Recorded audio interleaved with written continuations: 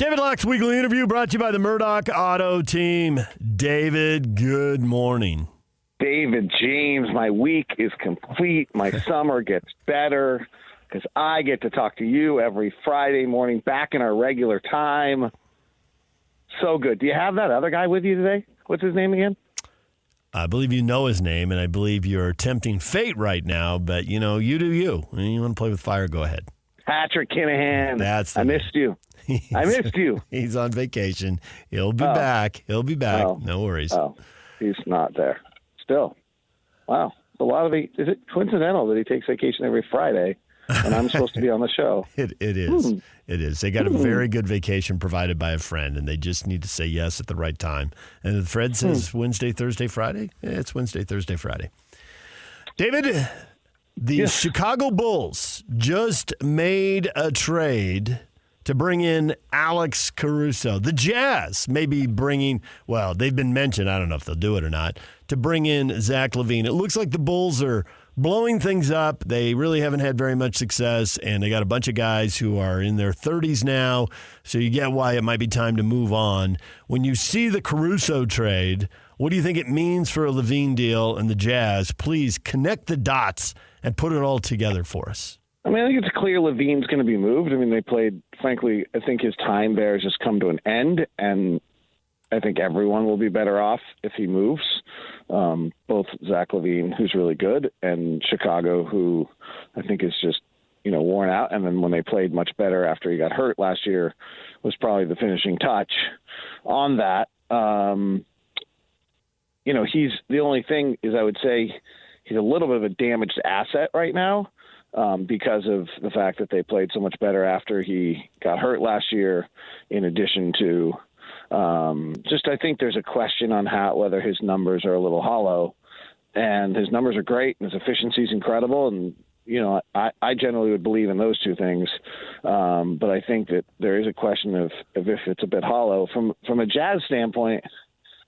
I mean, I kind of on a reoccurring theme on this with a lot of times when we ask about, do you trade for a player? Like I saw there was a report that someone said, well, the Jazz aren't looking for Zach LaVine type players. And I was kind of like, what? We talked about this all last year, but who's our second best player? And where do they rank in the NBA? So Lowry's probably a top 30 player in the NBA.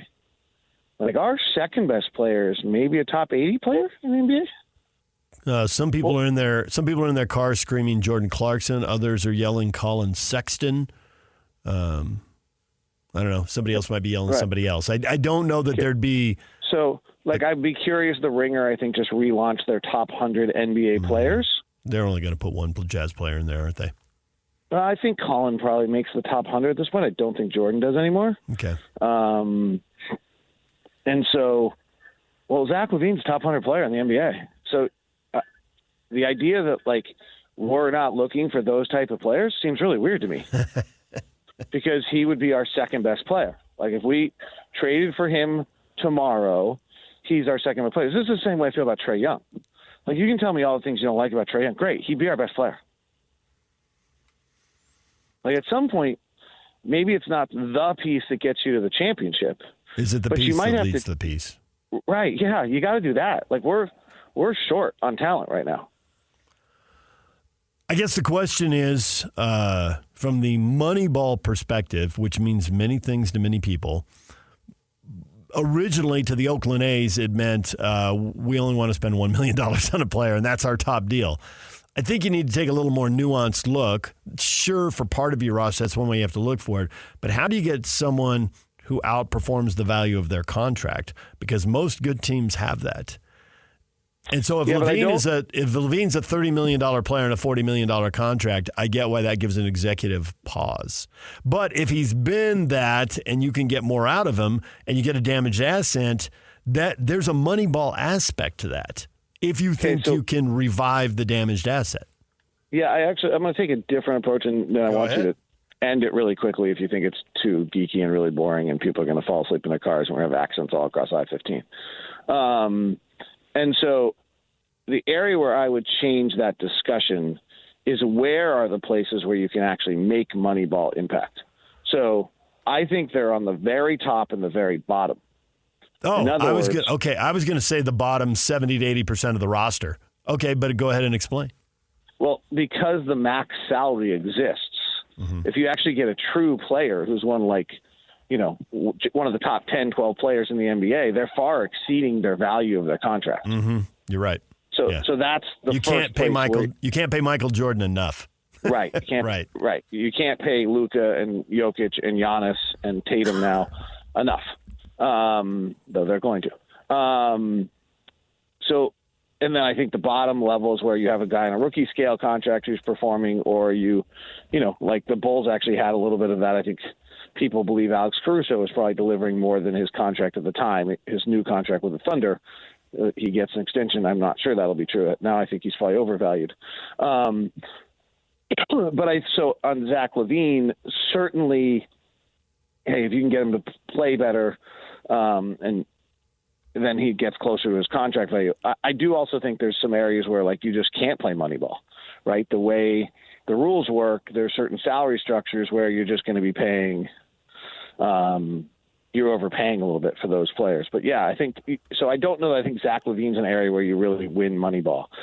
I also think the other one we have to just kind of wrap our head around here is $10 million a year is your 10th guy who kind of plays.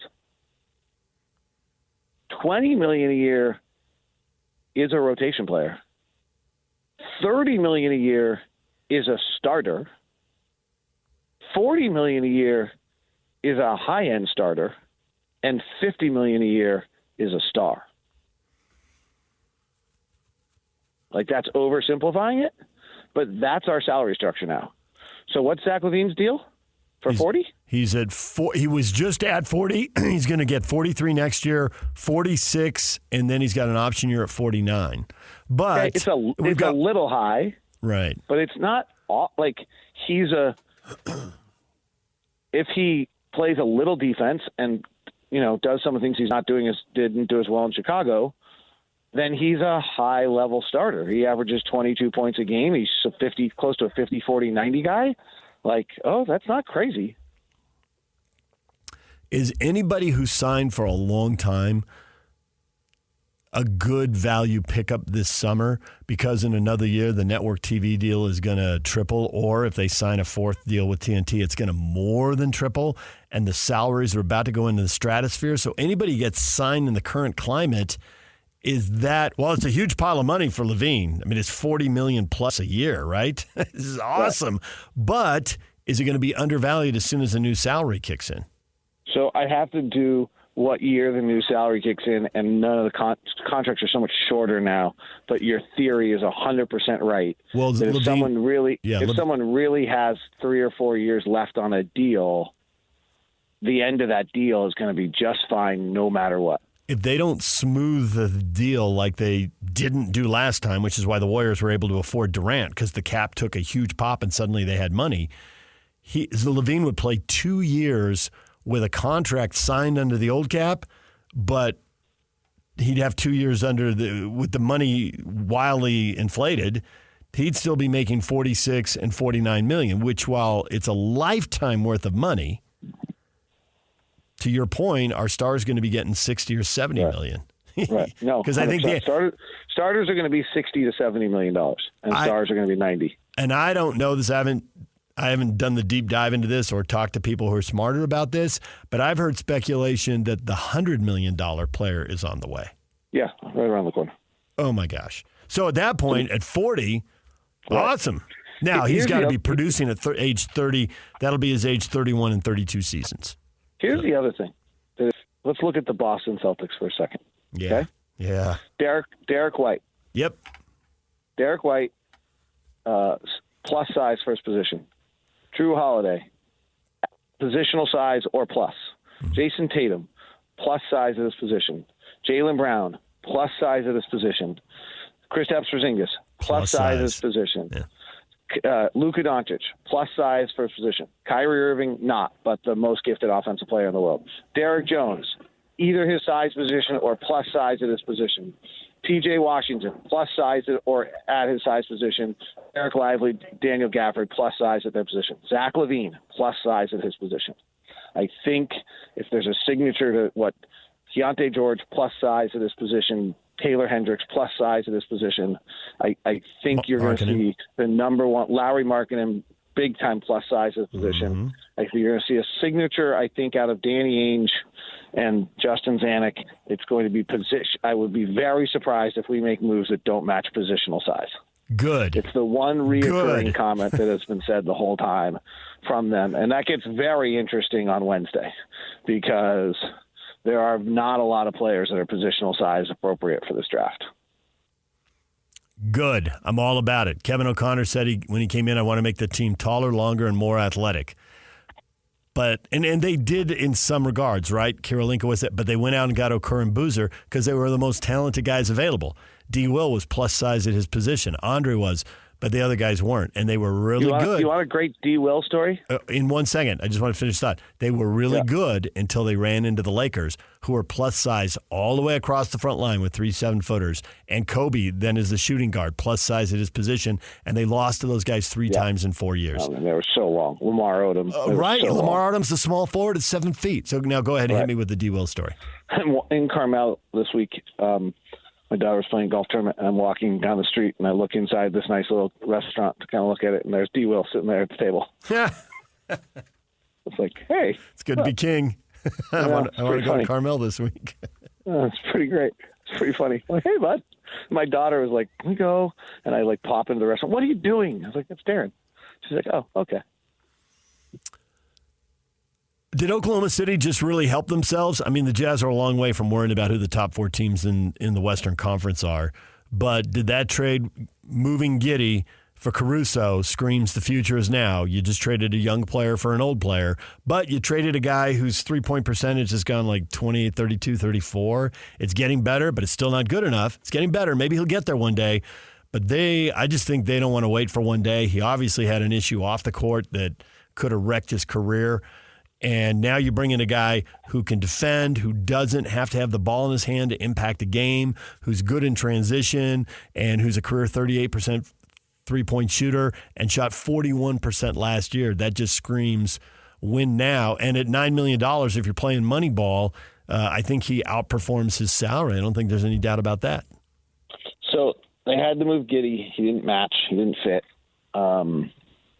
And I do think this is a trouble that the Jazz could have along the way where, and I don't know if this was the case, but you get a guy like Giddey who's a really important part of the team. And then as your team evolves, he really becomes your 6th or 7th man. Well, he's probably not that interested in that, right? He was one of the primary ball handlers and things like that. As your team evolves, that's going to be something the Jazz could have a problem with as we evolve. Guys that got the ball a lot suddenly become 6th or 7th men. Hey, whoa, that's not my deal. I'm a starter. Right, and I get that, but isn't the answer so? We'll cross that bridge when we get to it. Right, 100%, Thunder got to it, and they made the move. Yeah, and then I think that if you can't shoot, you can't play. Josh Giddey just can't shoot well enough, and he's really talented in every other way, but he really can't shoot well enough. And as we go into this draft, if you can't shoot, you can't play. How many times do we need to look at this? Here's another top 5 pick that can't shoot, can't play. Okay, but you have to be a plus size guy, right? You got to either match your position size or be bigger, and you have to shoot it really well. And if the whole league holds on to these 2 things, there's a really limited number of guys who meet that description. And there's plenty of smart people who are like, well, that's what I need.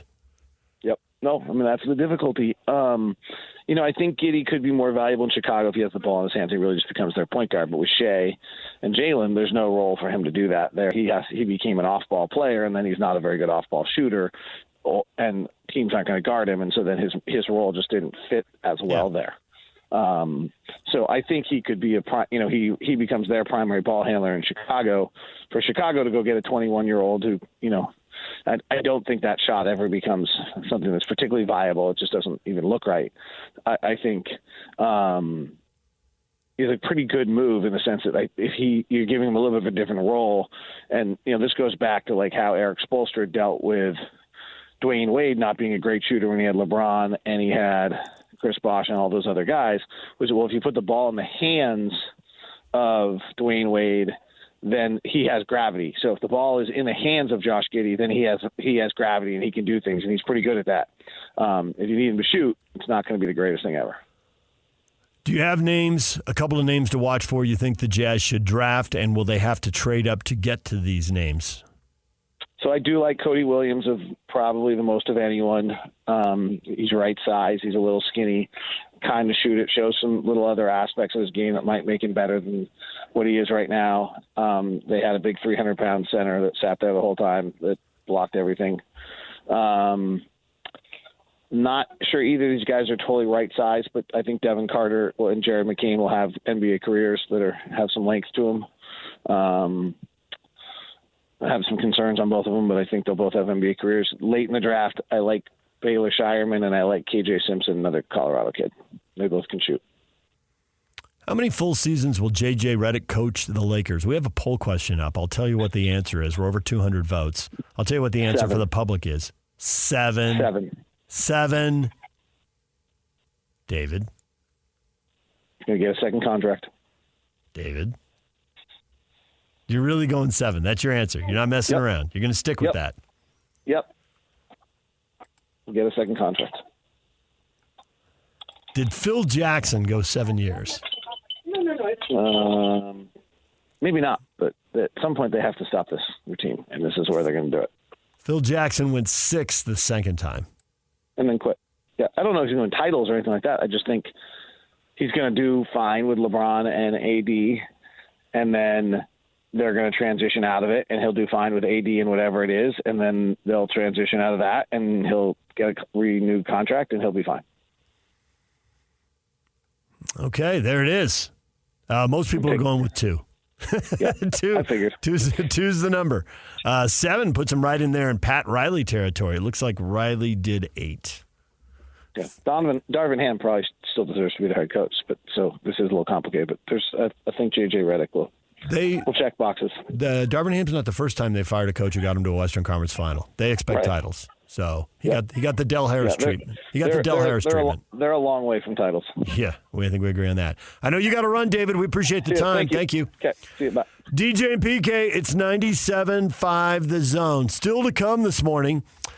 NBA Draft Wednesday and Thursday. Draft Party Wednesday for the Utah Jazz. Draft Party Wednesday. Then the second round is Thursday afternoon. Then another draft party for the NHL Draft Friday. Corey Pronman, senior NHL prospects writer and analyst for The Athletic, joins us at 9 o'clock to look ahead to the Utah Hockey Club and what they might be doing. DJ and PK, it's 97.5 The Zone. This is Jake Scott and Ben Anderson. Well, what's the plan with the Jazz? Well, do you think that Brad Stevens could forecast the future that Milwaukee would make one of the more unintelligent trades in recent memory? Here's the plan, everybody. Memphis is going to be so desperate to have a leader in the clubhouse, they're going to trade anything to get Marcus Smart. What we're going to do is in that Marcus Smart trade, we're going to get Kristaps and 2 additional draft picks, and then we're going to use those draft picks to get Drew Holiday. Now we just need to start planting guns on Ja Morant so it happens. There's no plan. No, hey, we'll plant somebody in Ja Morant's orbit. We're putting this guy here in his English class. We want him to go to a private school so he feels like he needs credibility. So he's got to be tough. We've figured it out. We've cracked the code. Hear Jake Scott and Ben Anderson every day from 10 to noon on 97.5 The KSL Sports Zone. Hot Takes or Toast brought to you by Siegfried and Jensen with 30 years of serving Utah. Brandon Flowers, 43 today. So we got the killers all morning long. Happy birthday, Brandon Flowers. Just had David Locke on. You can get it wherever you get your podcasts. Talked about the money ball. Talked about rebuilding Zach LaVine or somebody like him. Somebody who's 29, about to be 30, making $40 million, and is only available because they're a damaged asset. I mean, if you're in that age bracket, if you're in your mid to late 20s and you're performing well, you're not available.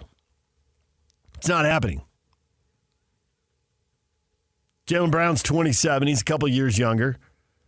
He's making $32 million. They just won the title. Not available. There was a time, there was the thought that maybe maybe the Celtics to give up on it would be available. Well, then you got to pounce. I like what David said about you've got to have guys who are top 100 players. The Jazz have one, maybe two. And if they can get Markkanen signed now long-term and find some more guys who are about his age, can they push this forward? And I really think that's what Jazz fans want. I love the talk about the championship because everybody wants to win a championship. It's the one thing we haven't seen here. But they're so far away, it almost seems like a waste of time. Now, it should always be the goal. It always has to be out there. And you need the next big thing. And maybe San Antonio got him in Victor Wembanyama. And the Jazz blew it by not being terrible that year. And at least giving themselves the 14% chance to get there. And it doesn't look like there's a guy like that in this draft. But I would argue, did Tatum and Brown look like that? And now look at him. So maybe he's there and you got to figure it out. And we're going to spend the rest of this week and next week until Wednesday guessing who's the guy. And then after the draft, we'll still guess who's the guy. Because we're terrible at this game. Because the Joker was the guy and we didn't know it. And Antetokounmpo was the guy and we didn't know it. And as we sit here and talk, you do need to be able to shoot it, and you do need the measurables, and you do need to be plus size to your possession. But the story we had in the 7 o'clock hour, I just think that was so important. And you only get that if you get to do the interviews. We don't get that. What makes these guys tick? How badly do they want it? And the best want it really badly, and they work really hard, and they demand a lot of themselves. And we can't know that. We can watch all the clips we want on YouTube. It's better than when we couldn't. And now we can watch full games. And say something to Ben Anderson about clips sometime and watch his head explode. Clips! Everybody looks good in clips! It's true. All you see when you watch clips is what they're capable of when they're playing at their best. Now watch the full game and find out what they routinely do. But still, what's inside? How hard are people going to work? PK asked me once, what's the top shelf for Hendricks? Like Scottie Pippen. You're 6'9" and you move really well. Now, Pippen can do about 100 things that lead to a championship. I don't know if Hendricks is going to be able to do any of them. Can you shoot it? Pippen could shoot it. Can you handle a ball, pass, move the ball? And then the all Ron Boone test. Lots of guys can pass, but can you pass off the dribble? Once you're committed to driving to the hoop and the defense rotates, are you the guy who clatters into somebody, draws the charge? You're just the bull in the china shop? Or are you quick and nimble enough and you stop and bang, and you throw the ball to the open guy? Or you throw the ball away? Or you throw the ball and it gets picked off and it goes the other way for a dunk? Pippen had a drive. Now, sometimes he couldn't put his ego away, but for those championships, he did. Now, he would only put his ego away for Jordan. He wouldn't put it away for Tony Kukoc. There's so many things. How good a rebounder are you? How hard do you play? I mean, Hendricks has so many questions to answer. But you can't be that guy if you don't have the size, and he's got the size. And you can't be that guy if you don't move well. And you got to have a little bit of a shot. I think his shot looks pretty good. It went in at a pretty good clip the first year. Now, he wasn't playing pressure games. He wasn't playing the best teams that were really well prepared to play him. And back to David's point about Kyrie Irving. The key guys in that NBA Finals series were all plus size. And the one guy who wasn't is wildly talented, but who had bad games. And why did he have them? I think Kyrie had bad games because the Celtics thought we need to make him the weak link. They can only beat us if those two guys go off. And we really can't do a lot about Luka going off. But we can put bigger guys on Kyrie. And if they make a switch, if Tatum's on him, then Brown's on him. And if he drives to the hoop, he sees Porzingis. He sees bigger people everywhere he goes. Have you ever played in a basketball game with bigger people? I went to an enormous State University. So we had a gazillion intramural basketball leagues. There was one league for guys who played in college. I needed to go nowhere near that league. I would have sucked. Everyone would look at me and go, you didn't play in college. You're right. You got me. And then there were multiple levels for high schools, and one of the leagues had a bunch of 6'6" guys. And I played. It was the B League. And I played in the B League one. And you know what I was? I was like the 8th best guy on the team. I was too short. I wasn't athletic enough. And then they had a C League for high school guys, and there was nobody over like 6'1" or 6'2" in that league. I was way better. Go out, put yourself in a pickup game. That's why they're talking about plus-size guys. And Kyrie found that out. Now, if you have somebody of Kyrie's talent and how many people are available, Dallas went and got him. He was a damaged asset. He rebuilt himself. They put him in a good situation. You know, Jason Kidd, his career line wasn't just a smooth graph constantly going up. He had ups and downs. Jason Kidd had major issues off the court. And so he gets how to work with someone who's going through major issues off the court. Kyrie had a different set of issues, but they were still issues. Jerry Sloan used to talk, you never know what's going on in a player's life. You never know. And so Jerry, over time, had his own issues, and other players had issues, but always knew to work with it. So if Jazz management and Ainge decide Levine's the guy, like last year they decided Collins is the guy, I think they're going to go out and get somebody. And whoever it is going to come in, and they're not going to be perfect because the players are perfect aren't going to be available. You're just going to have to roll with it because Locke's point, the Jazz don't have enough talent. They need more guys who are top 100 talent. And then we'll start talking about how do you get guys who are top 50 talent. And some of you will tweet at us, and you'll be right.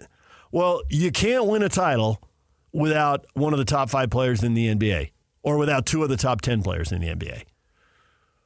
Look what the Celtics just did, right? Do they have one of the top 5? Do they have 2 of the top 10? Yeah, I think they do. And they won it. And the Jazz don't have their Tatum, their Brown, their Joker, Antetokounmpo, whoever. But maybe the only way they're going to get that guy is to trade 3 top 100 players to get him. And have 4 or 5 top 100 players on the roster and have a couple guys left when they get that guy. The cool thing is, no matter how much we talk to Ainge, and we don't talk to him very much, but when he does talk, he really does tell you stuff. And there isn't one path. Tanking for the draft is one path. Trading for distressed assets, guys who, for whatever reason, aren't quite spot on. They aren't quite there. Kristaps Porzingis, damaged asset. I don't understand exactly why Jrue Holiday was healthy and why the Celtics were able to get him. But the Jazz have to make those moves. And it goes back to the Moneyball thing. Pablo Mastroeni talked with us an hour ago when he was on. The whole try harder, work harder works to a point, but you got to have the high-end talent. So the Jazz have a bunch of guys who aren't high-end talent. Maybe they will be. Maybe if they really apply themselves and grind. That whole cliche, I worked 5 years to become an overnight success. When somebody blows up, we're like, wow, they've really taken off. Yeah, but what did they invest for 4 to 5 years to get there? Some of you love Keontae George. Some of you are pretty lukewarm on him. How hard is he working right now? We don't get to know that. Does he show up? The old Gordon Hayward quote, 7 a.m. every day. You're not going to be 19, 20, 21 forever. You got to get better. You're not always the next big thing. Hayward was the next big thing. I just looked it up. I was looking at Oklahoma City salaries. This is classic. And Hayward's coming off their books. They've got cap room. They can add guys.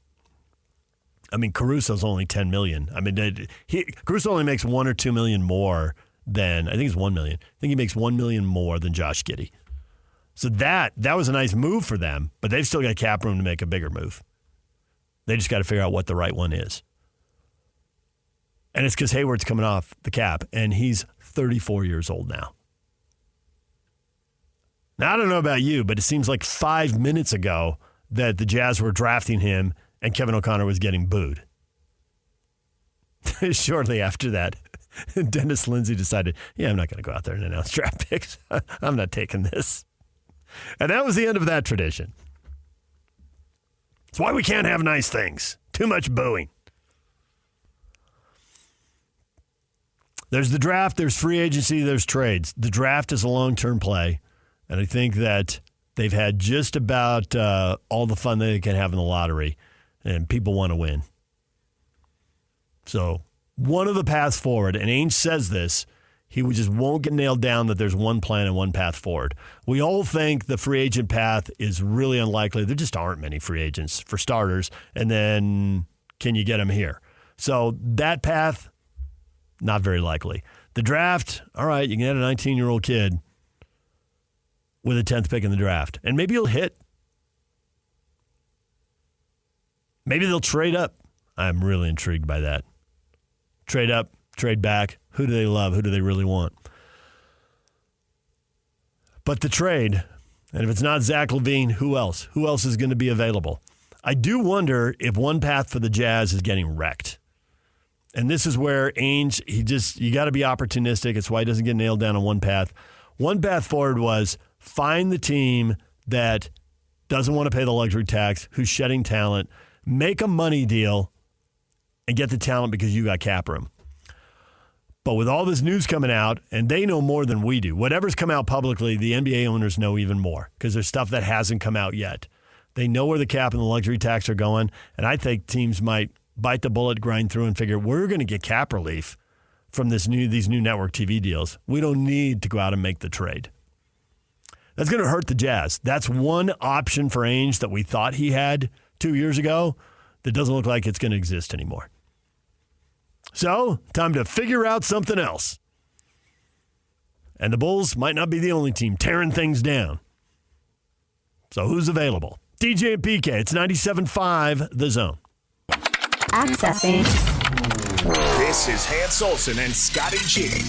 Randy Rigby, former president of the Utah Jazz. You know, one of the things I would hope our listeners would appreciate is great sports is done with great athletes, yes, but there's great people that are behind the scenes that make it come and make it so special. Steve Klauke was one of those people who made the games come alive and made you understand it and love it and appreciate it, and he will be sorely missed. Catch Hanson Scotty weekdays from noon to 3 on 97.5, the KSL Sports Zone.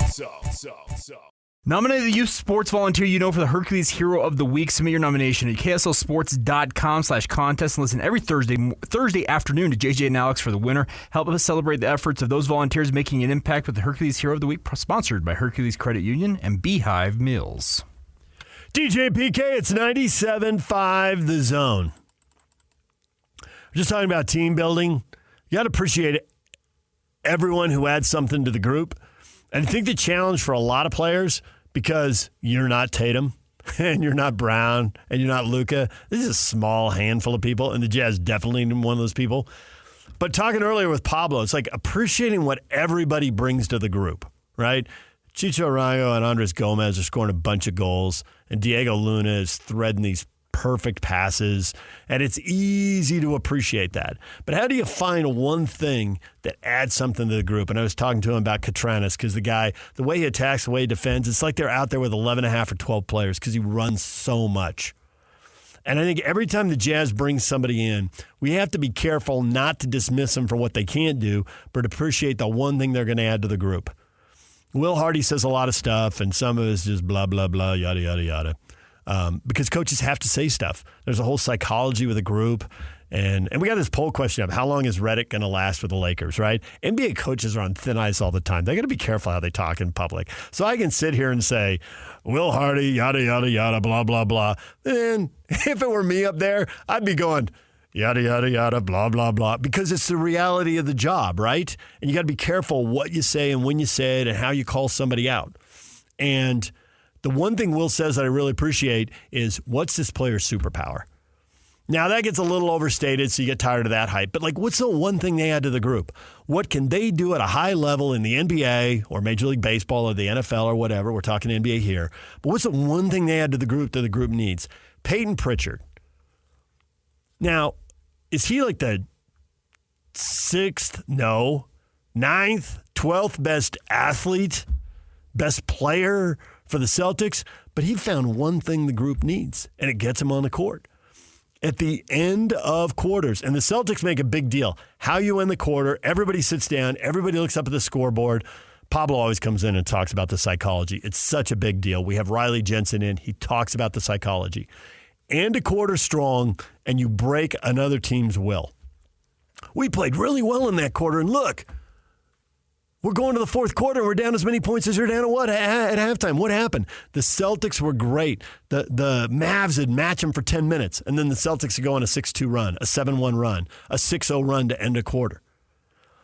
And one thing, because egos get in the way, one thing NBA players don't want to do, and to me it's the dumbest thing ever, and analytics should have fixed this, and it hasn't, but players don't want to take shots at the end of quarters. They don't want to do it because it wrecks their shooting percentage. Why should I take a 40-footer against pressure?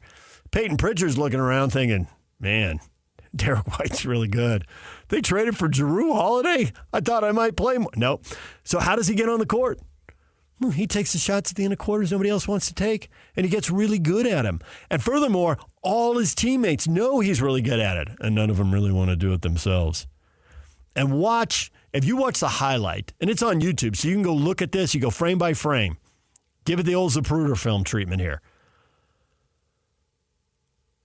Watch him take the shot, and as the ball gets close to the hoop, when it's still like 20 feet in the air, and it's not, and you don't know if it's going in, but by then they pan the camera and you can see the Celtic bench because the shot went in. They were scoring in front of their bench.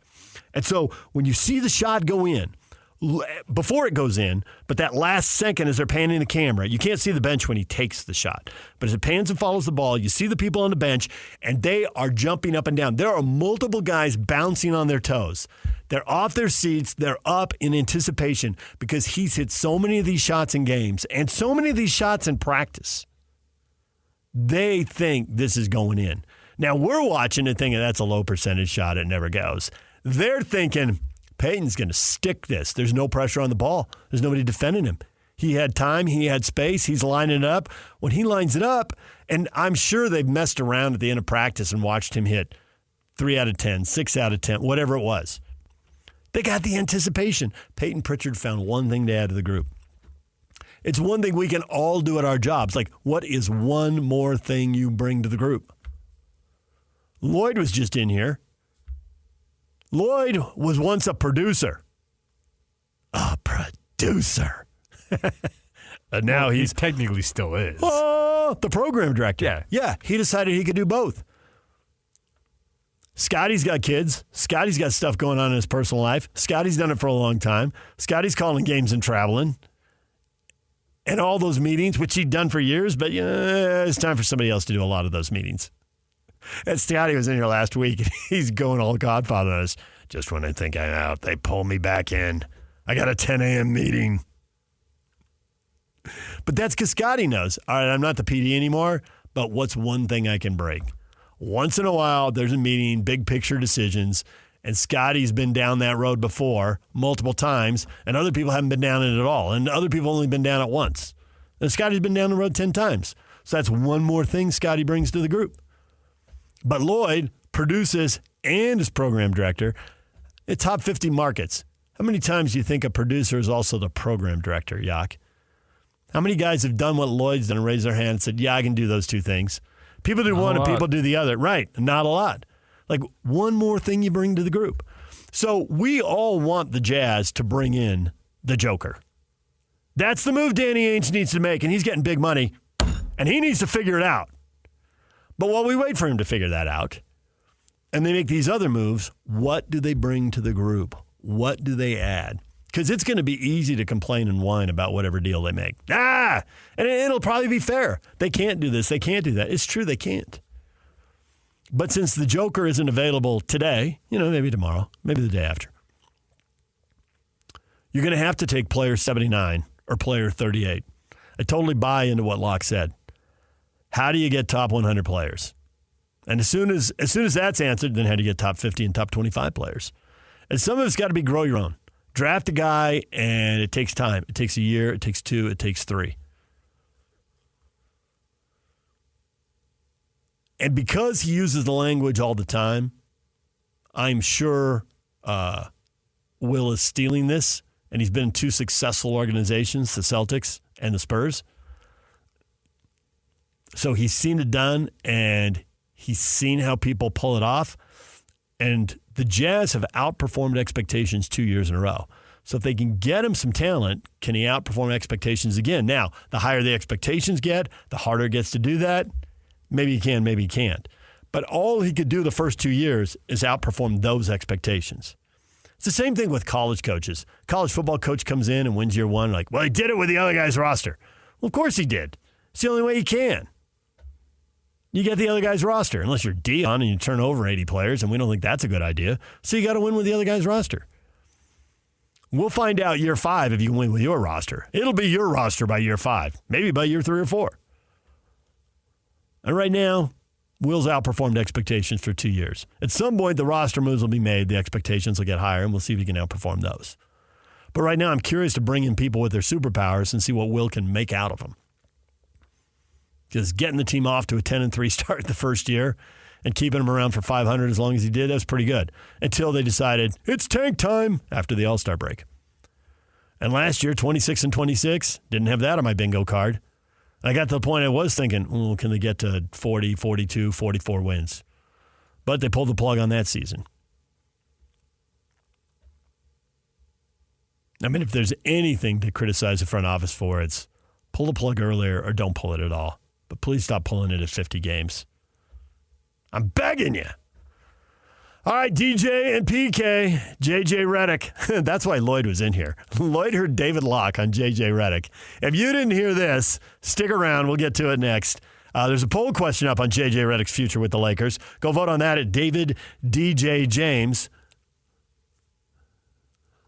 And also coming up, the NHL draft. We're going to speak with a guy who does this for a living. Corey Pronman's going to make us smarter. So when you go to the draft party, I hope they have J-Dogs at the draft party. What's the word? Do we have any word on J-Dogs at one or both draft parties next week? I do know that J-Dogs is celebrating their 20th anniversary next week. We need to get some investigative reporting. Forget who the Jazz are going to draft. Let's find out if there's J-Dogs for the people. Tell the people what they really want to know. Are there J-Dogs Wednesday or Friday or both or none? All right, Corey Pronman, senior NHL prospects writer and analyst for The Athletic. Coming up, stay with us.